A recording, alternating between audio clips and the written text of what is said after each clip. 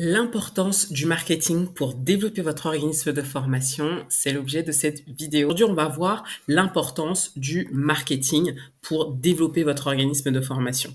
Alors, vous êtes peut-être dans l'une de ces situations, c'est-à-dire que vous avez une crainte du marketing.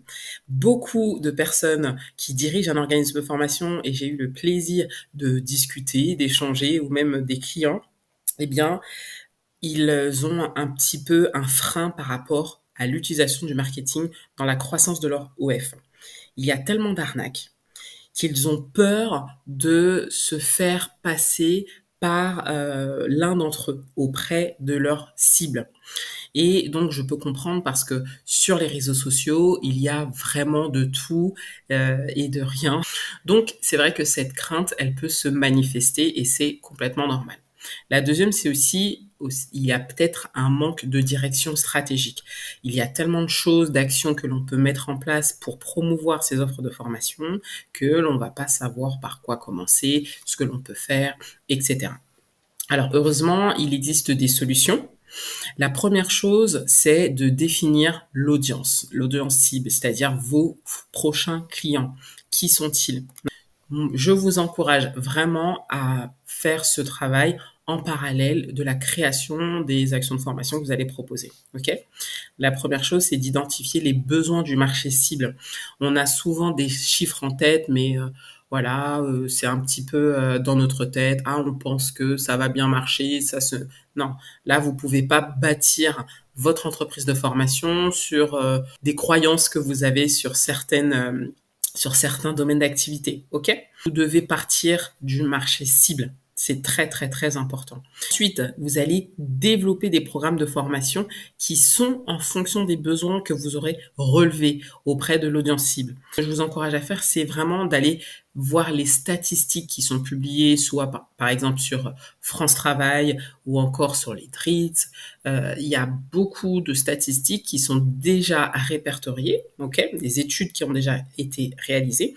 Et là, vous pouvez faire une réelle analyse des besoins. Une fois que vous avez votre audience cible, la prochaine action à mettre en place, eh bien, c'est de choisir un canal d'acquisition.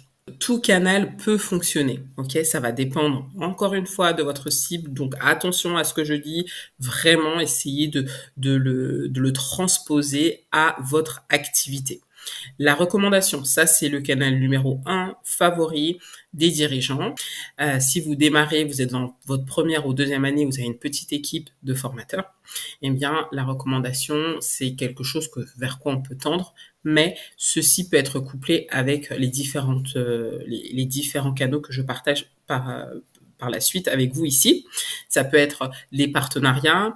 Il ne faut pas le voir du côté négatif. C'est vrai que beaucoup de dirigeants se disent les partenariats, j'ai pas envie d'aller voir des concurrents, etc. Ils vont penser que, mais quand c'est des partenariats qui sont vraiment sain, c'est-à-dire gagnant-gagnant pour les deux parties, il n'y a pas de raison que l'autre personne n'accepte pas. Ok? La publicité en ligne, c'est quelque chose que l'on peut mettre en place. C'est une formule plus avancée ou du moins qui demande plus d'investissement. Les livres blancs, beaucoup d'OF utilisent ça, on appelle ça aussi un lead magnet. Les livres blancs, vous savez, vous proposez un document en échange des informations de votre prospect / client apprenant futur. Eh bien, c'est quelque chose qui fonctionne encore aujourd'hui. J'aurais pu mettre des webinaires, j'aurais pu mettre des challenges, peu importe, mais ce sont des manières d'attirer vos prochains clients. Ok? Il reste aussi la création de contenu.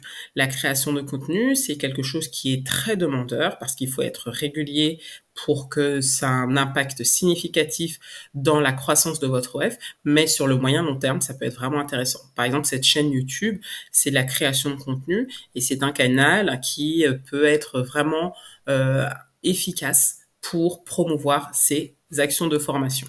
D'accord? Ce qui va être important et ce que vous devez avoir en tête, c'est toujours de donner de la valeur, c'est-à-dire de donner des messages qui sont impactants, intéressants pour votre cible. Ok?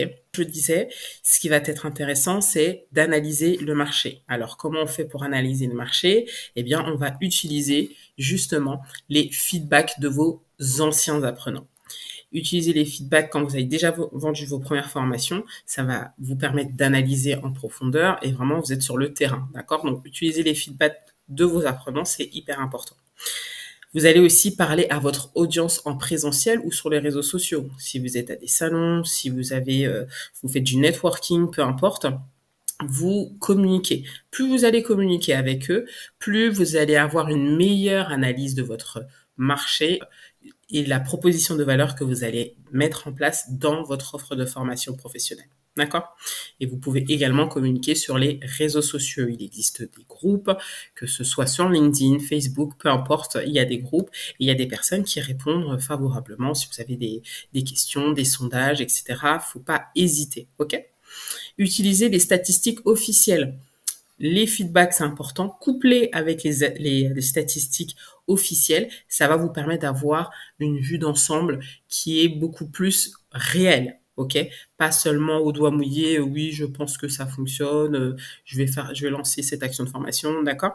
C'est vraiment le couplage de ces trois qui vont vous permettre d'avoir une analyse de marché qui va être efficace pour votre organisme de formation. Une fois que vous avez cette analyse, là, vous allez définir vos objectifs marketing. C'est chaque action, chaque élément que vous allez faire va avoir une action, d'accord? Est-ce que c'est pour vous faire connaître? Vous allez faire des actions marketing qui vont faire en sorte de faire connaître votre marque et donc votre organisme de formation, ses valeurs, etc. Sur quoi vous êtes engagé, ok? La deuxième chose, vous pouvez faire aussi des actions marketing pour promouvoir ces offres de formation. C'est complètement OK de promouvoir ces offres de formation. Plus vous allez le faire de la bonne manière, bien sûr, plus vous allez montrer aux personnes, vont savoir ce que vous proposez auprès de votre cible. D'accord? L'important, c'est de faire connaître vos actions de formation auprès de votre cible. Vous allez également les éduquer. C'est une possibilité, un objectif marketing sur des actions que vous allez mettre en place. Éduquer sur l'activité, qu'est-ce qui se passe, etc. D'accord? L'objectif aussi est de réaliser des actions qui peuvent permettre de les fidéliser, de les garder le plus longtemps possible dans votre organisme de formation. La dernière étape, ça va être de sélectionner les canaux de diffusion. Comme on l'a vu tout à l'heure, un canal, vous commencez par un canal d'acquisition, un endroit, et puis vous allez commencer à réaliser des actions marketing avec des objectifs qui sont déjà définis. Je vais vous parler maintenant d'un cas client. J'ai une cliente qui est dans les langues et si ses résultats, en 2022, elle a fait 80 000 € de chiffre d'affaires avec 2 formateurs et en 2023, elle a terminé à 120K en 2023. Donc, avec une équipe de 4 formateurs. Ça reste des chiffres abstraits, hein, mais c'est pour vous montrer que rien qu'en améliorant ses actions marketing, bien, ça a permis de faire croître son organisme de formation tout en gardant plus ou moins la même équipe, mais en mettant en avant le marketing dans son organisme de formation, ça lui a permis de faire un chiffre d'affaires qui peut être intéressant. Si vous avez aussi l'intention d'utiliser le marketing à votre manière et qui vous ressemble, n'hésitez pas à cliquer sur le lien ci-dessous et de vous abonner à la chaîne pour être notifié de la prochaine vidéo que je publierai. D'ici là, prenez soin de vous et je vous dis à bientôt.